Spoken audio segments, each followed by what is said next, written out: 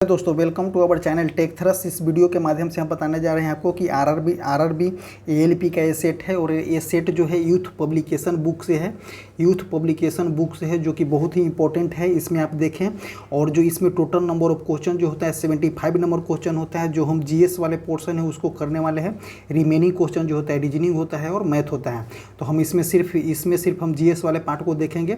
First question क्या बोल रहा है, लाल पांडा की पत्तियाँ, लाल पांडा जो होता है किसकी पत्तियां खाता है, तो किसका चीड़ की पत्तियां लाल पांडा नहीं खाता है, नीलगिरी की पत्तियां नहीं खाता है, मैपल की नहीं। तो लाल पांडा जो होता है बांस की पत्तियां खाता है।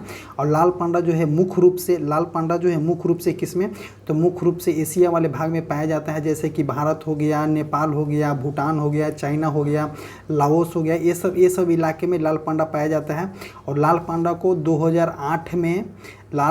2008 में संकटग्रस्त जू में रखा गया है, जो कि ये बहुत ही इंपॉर्टेंट है क्योंकि ये क्वेश्चन जो है प्रीवियस ईयर रेलवे में पूछा हुआ क्वेश्चन है कि लाल पांडा को कब संकटग्रस्त जू में रखा गया है। तो 2008 में इसको रखा गया है। रेलवे जो होता है मैक्सिमम जो है रिपीटेड क्वेश्चन ही रेलवे जो होता है मैक्सिमम पीवाईक्यू ही क्वेश्चन पूछता है। सेकेंड नंबर क्वेश्चन, उस प्रसिद्ध जैव वैज्ञानिक का नाम बताइए जिससे गैलापागोस द्वीप समूह जुड़ा हुआ था। ये भी रेलवे का पीवाईक्यू क्वेश्चन है। इसका आंसर हो जाएगा Charles Darwin.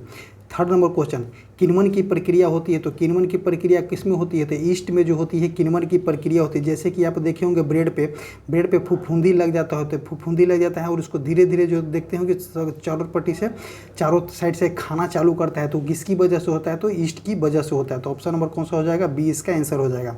Fourth number question, ECG द्वारा उत्पादित विद्युत बलों को महसूस किया जाता है। ईसीजी क्या है, ईसीजी का फुल फॉर्म होता है इलेक्ट्रोकार्डियोग्राम। तो इलेक्ट्रोकार्डियो, तो कार्डियो किससे रिलेटेड हो जाता है, हृदय से रिलेटेड होता है।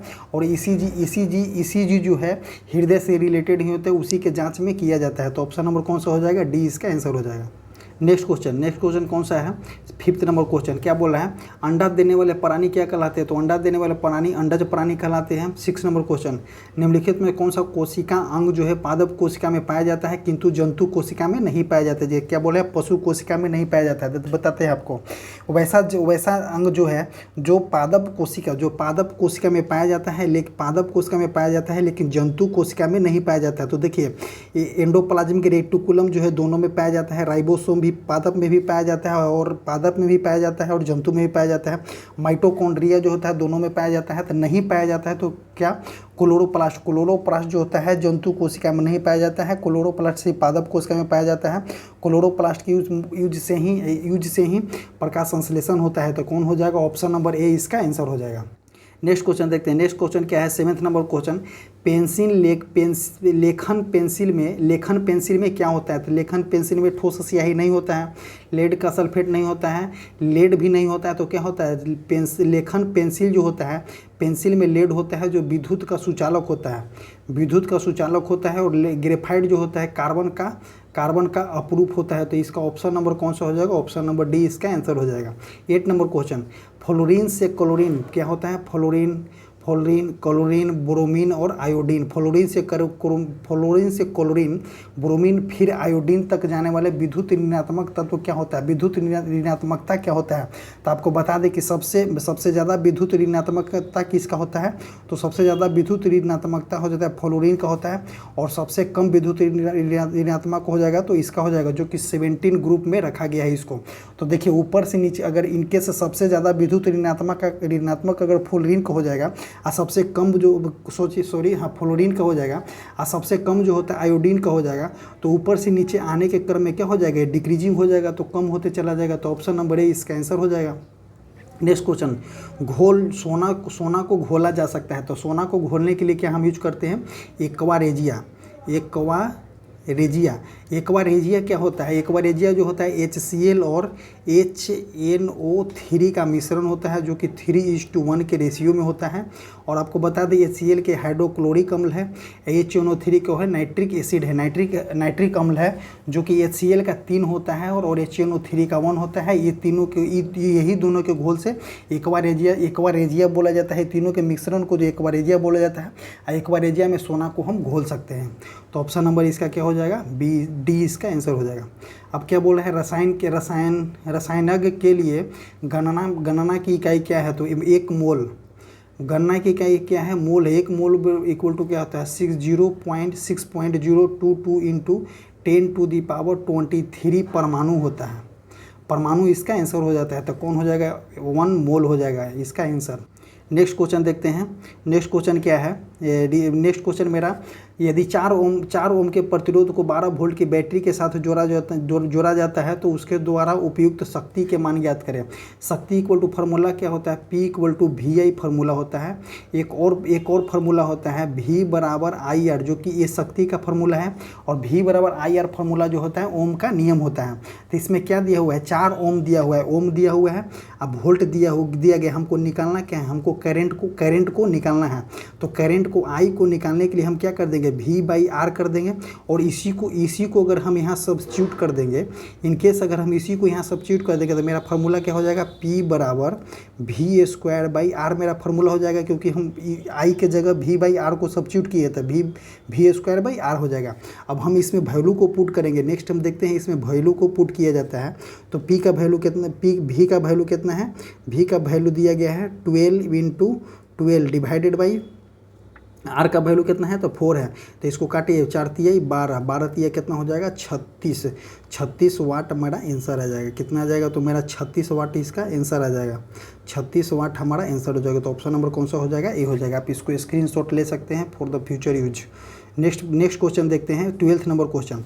ध्वनि का तारत्व किस पर निर्भर करता है, तो ध्वनि का तारत्व जो होता है, ध्वनि का पिच जो होता है आवृत्ति पर निर्भर करता है। ध्वनि का पिच जो होता है आवृत्ति पर निर्भर करता है। ध्वनि का तारत्व जो होता है आवृत्ति पर निर्भर करता है।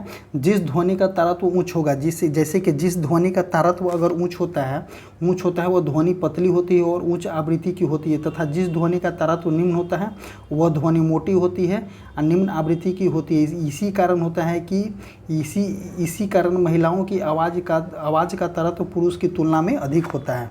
नेक्स्ट क्वेश्चन देखते हैं कौन सा, 13 नंबर क्वेश्चन। 13 नंबर क्वेश्चन क्या बोल रहा है, 13 नंबर, दाब को मापा जाता है द्रव्यमान गुने त्वरण। दाब को द्रव्यमान गुने त्वरण नहीं होगा।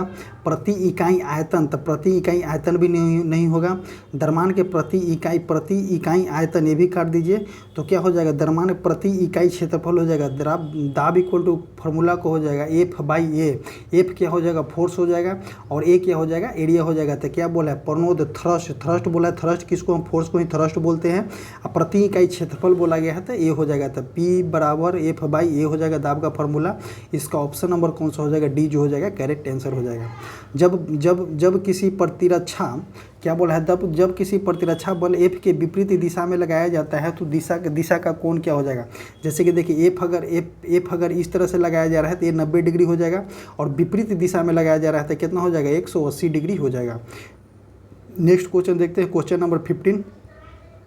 क्वेश्चन नंबर 15 क्या बोल रहा है, भट्टियों में अपेक्षाकृत उच्च तापमान मापने के लिए निम्नलिखित में से किस यंत्र का प्रयोग किया जाता है। तो उच्च टेम्परेचर मापने के लिए, हाई टेम्परेचर मापने के लिए हम जब भी यूज करते हैं तो पायरोमीटर का यूज किया जाता है। Next question 56 number question, Hindu धर्म में देव को क्या बोल रहा है, हिंदू धर्म खाली स्थान देव को क्या बोला है, पौधे के स्वामी, रोगों के उपचार और धनदाता माना जाता है। किसको बोला जाता है, तो सोम को बोला गया है। इस तरह के भाषा, पौधे के स्वामी के लिए किसको बोला है, सोम को बोला गया है। 57 नंबर क्वेश्चन क्या बोल रहा है, काकतीय राजवंश का अंत निम्नलिखित में से किसके द्वारा किया गया था। तो काकतीय राजवंश का अंत किसके द्वारा किया गया था, दिल्ली सल्तनत के द्वारा किया गया था।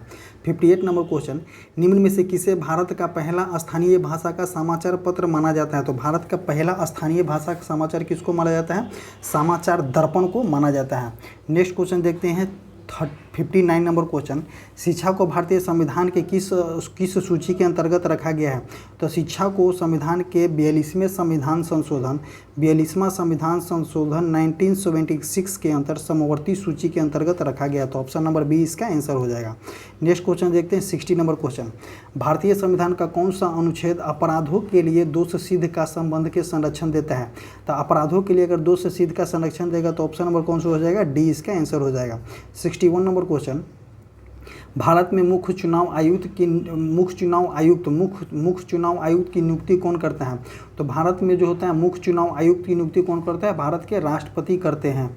62 नंबर क्वेश्चन, सूर्य का चक्कर लगाने वाले चट्टानों के छोटे छोटे टुकड़े को क्या कहा जाता है? तो सूर्य के चक्कर लगाने वाले, सूर्य के जो चक्कर लगाने वाले जो होते हैं, सूर्य के चक्कर जैसे कि सन का चक्कर लगाने वाले छोटे छोटे सन का चक्कर लगाने वाले छोटे छोटे चट्टानों को क्या बोलते हैं? तो उसको बोलते हैं हम उल्का पिंड बोलते हैं, उल्का पिंड, उसको हम उल्का पिंड बोलते हैं। और जो होता है क्षुद्र ग्रह जो होता है, क्षुद्र ग्रह किसको, जो बृहस्पति और मंगल के बीच के जो पेटी होती है उसको हम उसमें क्षुद्र ग्रह होता है। तो ऑप्शन नंबर डी, ये ऑप्शन नंबर डी इसका आंसर हो जाएगा। कौन सा? उल्का पिंड इसका आंसर हो जाएगा। नेक्स्ट क्वेश्चन बोलते हैं, तैरते हुए द्वीप फुमडी, तैरते हुए कौन सा द्वीप फुमडी निम्न में से किस झील की अनूठी विशेषता है? तो तैरते हुए द्वीप फुमडी निम्न में से किस झील की अनूठी व्यवस्था है? तो इसका कौन सा हो जाएगा? लोकतक झील हो जाएगा, चिल्का झील हो जाएगा, चिल्का झील इसका आंसर हो जाएगा। नेक्स्ट देखते हैं कौन सा, नेक्स्ट देखते हैं हम 64 नंबर क्वेश्चन। क्या बोल रहा है? साम्य राष्ट्रीय आय तब होती है जब जो होता है समग्र आपूर्ति समग्र मांग के बराबर हो जाती है। अगर साम्य राष्ट्रीय आय बोलते हैं कि साम्य राष्ट्रीय इक्विलिब्रियम नेशनल इनकम अगर बोलते हैं बराबर करना है, तो जितना हमारा समग्र आपूर्ति समग्र मांग के बराबर हो जाएगा, जिस तरह से समग्र मांग के बराबर हो जाएगा तो हमारा क्या हो जाएगा? इक्विलिब्रियम कंडीशन में आ जाएगा। तो ऑप्शन नंबर डी इसका आंसर हो जाएगा 64 का। 65 नंबर क्वेश्चन, तमिलनाडु राज्य में बंगाल की खाड़ी, तमिलनाडु कहाँ है? सबसे नीचे में है। India according to India map आप देखेंगे तो तमिलनाडु सबसे नीचे में है। तमिलनाडु सबसे नीचे में है। खाड़ी के निकट स्थित कौन सा? पुम्पुहारा समुद्र तट उत्सव के लिए प्रसिद्ध होता है। तो पुम्पुहार समुद्र तट उत्सव के लिए उत्सव होता है। तो 65 का आंसर क्या हो जाएगा? 65 का चैत्र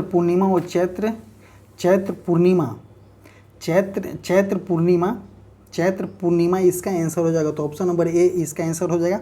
ऐसे क्वेश्चन जो है रेलवे जो होता है ऐसे क्वेश्चन को देखने को मिला है रेलवे में। सो ऐसे क्वेश्चन पे बहुत ज़्यादातर केयर कीजिएगा, ध्यान दीजिएगा। नाट्य शास्त्र जो कि नाटकीय कला के विषय में एक प्रसिद्ध ग्रंथ है, किसने लिखा है? तो नाट्य शास्त्र जो होता है नाटकीय कला के विषय में एक प्रसिद्ध ग्रंथ है, उसको लिखे किसने है? भरत मुनि ने लिखे हैं। 67 नंबर क्वेश्चन, पहली बार किस योजना के तहत निजी क्षेत्र के सार्वजनिक क्षेत्र पर बढ़तिया दिया गया है? तो निजी क्षेत्र क्या बोला है? पहली बार किस योजना के तहत निजी क्षेत्र को सार्वजनिक क्षेत्र का दर्जा दिया गया है? मतलब कि प्राइवेटाइजेशन से गवर्नमेंट किया गया है, मतलब कि निजी क्षेत्र से गवर्नमेंटाइजेशन सार्वजनिक क्षेत्र किया गया है। कब किया गया था? तो 7वीं पंचवर्षीय योजना 1985 से 1990 में किया गया है। 1919 में 7वीं पंचवर्षीय योजना में किया गया था। 68 नंबर क्वेश्चन, इनमें से कौन सी पुस्तक डॉक्टर एपीजे अब्दुल कलाम के द्वारा लिखा गया नहीं है? तो the scientific Indian doctor APJ Abdul Kalam के द्वारा लिखा गया है। इन्विजिंग एंड एम्पावर्ड नेशन किसके किनके द्वारा लिखा गया? तो डॉक्टर एपीजे अब्दुल कलाम के द्वारा लिखा गया है। इग्नाइटेड माइंड उन्हीं के द्वारा लिखा गया है। माई कंट्री माई लाइफ लिखा गया है तो लाल कृष्ण आडवाणी की तरफ से लिखा गया है, माई कंट्री माई लाइफ। इसका ऑप्शन कौन सा हो जाएगा? ऑप्शन नंबर सी इसका आंसर हो जाएगा। 69 नंबर क्वेश्चन, भारतीय इतिहास के किस दिन को स्वराज दिवस के रूप में मनाया जाता है? तो स्वराज दिवस के रूप में कौन सा मनाया जाता है? 15 अगस्त 1947 को तो देश आज़ाद हुआ था। 26 जनवरी 1950 का हमारा संविधान लागू हुआ था। तो ये 14 अगस्त 1947 का बोले तो 14 अगस्त 1947 का पाकिस्तान आज़ाद हुआ था, जो कि इंडिया से आज़ाद हुआ था, थोड़ा इंडिया से टूटा था। और कौन सा 69 का कौन सा हो जाएगा? ऑप्शन नंबर सी हो जाएगा, जो 26 जनवरी 1930 इसका आंसर आ जाएगा। 70 नंबर क्वेश्चन, भारत और पाकिस्तान दोनों के सर्वोच्च नागरिक पुरस्कार प्राप्त करने वाले एकमात्र भारतीय कौन थे? तो एकमात्र भारतीय वही हैं जो भारत का भी सर्वोच्च नागरिक सम्मान दिया गया है और पाकिस्तान का भी सर्वोच्च नागरिक सम्मान दिया गया है। भारत का सर्वोच्च नागरिक सम्मान क्या है? भारत रत्न हो जाएगा। और यहाँ पे किसको दिया है? मोरारजी देसाई को दिया गया है, जो कि मोरारजी देसाई जो कि एक पीएम थे। विश्व स्वास्थ्य संगठन WHO का मुख्यालय कहाँ है? तो विश्व स्वास्थ्य संगठन WHO का मुख्यालय 7 अप्रैल 1948 को इसका गठन हुआ था। इसका मुख्यालय कहाँ है? जिनेवा स्विट्जरलैंड में इसका मुख्यालय। तो ऑप्शन नंबर डी इसका आंसर हो जाएगा। 72 नंबर क्वेश्चन, राष्ट्रों का राष्ट्रमंडल जिसे समांतर राष्ट्रमंडल के रूप में जाना जाता है। अगर आप समझ रहे हैं कि राष्ट्रों का राष्ट्रमंडल किसके लिए बनाया गया हो तो यह राजनीतिक संघ के लिए बनाया गया था। ऑप्शन नंबर बी इसका आंसर हो जाएगा। 73 नंबर क्वेश्चन, बॉक्सिंग खेल का क्षेत्र, बॉक्सिंग जो होता है, बॉक्सिंग किस खेल में खेला जाता है? बॉक्सिंग जो होता है ट्रैक पे नहीं खेला जाता है, डायमंड भी नहीं हो जाएगा, कोर्ट भी नहीं हो जाएगा, तो कौन सा हो जाएगा? बॉक्सिंग कभी भी खेला जाता है तो रिंग में खेला जाता है। तो ऑप्शन नंबर ए बी इसका आंसर हो जाएगा। 74 नंबर क्वेश्चन, भारत के निम्नलिखित प्रसिद्ध चर्च में से कौन सा अपने स्थान पर सही सुमेलित नहीं है? तो कोई सांत क्रूज बेसिलिक चर्च कोची में है, सही है। Basilica of Bom Jesus Goa में है, ये भी सही हो जाएगा। सेंट पॉल कैथेड्रल ये कहाँ में है? कोलकाता में, ये भी सही हो जाएगा। नहीं हो कौन सा? नहीं है कौन सा? Saint John in the Wilderness Church कहाँ में है? पांडिचेरी में ना हो करके कहाँ में है? नैनीताल। कहाँ में? नैनीताल उत्तराखंड में इसका है। कौन सा? तो ऑप्शन नंबर सी इसका आंसर हो जाएगा। देखिए कभी कभी चर्च जो होता है, जो फेमस चर्च जो है, वैसा रेलवे के एग्जाम में जो है जिस तरह से जो फेमस चर्च जहाँ का है वहाँ का चर्च देखने को बहुत मिला है। जैसे कि इसमें बता दें कि Basilic of the Bom Jesus कहाँ में है? गोवा में है। तो ये चर्च PYQ रेलवे में पूछा गया क्वेश्चन है। तो ये वाले जितना ऑप्शन है ये वाले याद कर लेना जरूरी है। और ऑप्शन सी का कहाँ में? उत्तराखंड न होकर के कहाँ में? नैनीताल उत्तराखंड में, पांडिचेरी नहीं होगा इसका आंसर। 75 नंबर क्वेश्चन, लाहौर में बादशाही मस्जिद का निर्माण किसने करवाया था? तो लाहौर में बादशाही मस्जिद का निर्माण औरंगजेब ने करवाया था। इसी तरह से हमारा ये ALP का जो है आज का सेट समाप्त होता है। आपको हम बता दें कि एक हमारा टेलीग्राम चैनल है, जाइए आप उस टेलीग्राम चैनल से जुड़े, जो कि आपको बहुत ही बेनिफिट मिलेगा। आपको वहाँ पे रेगुलर वाइज में प्रैक्टिस चलाया जा रहा है, आप जाइए और वहाँ पे जुड़े, जो कि अपना बेनिफिट उठाएं। और टेलीग्राम चैनल का लिंक जो है कमेंट बॉक्स और डिस्क्रिप्शन बॉक्स में पिन कर दिया गया है। आप वहाँ से जाएँ, वीडियो को देखें, बहुत बार देखें और लोगों को और भी बोले, शेयर करें, ताकि आपको बेनिफिट होगा। क्योंकि रेलवे जो है PYQ रेलवे जो है, हम बार बार बोल रहे हैं, रेलवे ज़्यादातर क्वेश्चन जो है PYQ से पूछा जाता है। और इस बुक के माध्यम से, यूथ बुक के माध्यम से, इसमें PYQ का क्वेश्चन ज़्यादातर इसमें दिया गया है। और तो आप इस पर ज़्यादातर ध्यान दें। Thank you.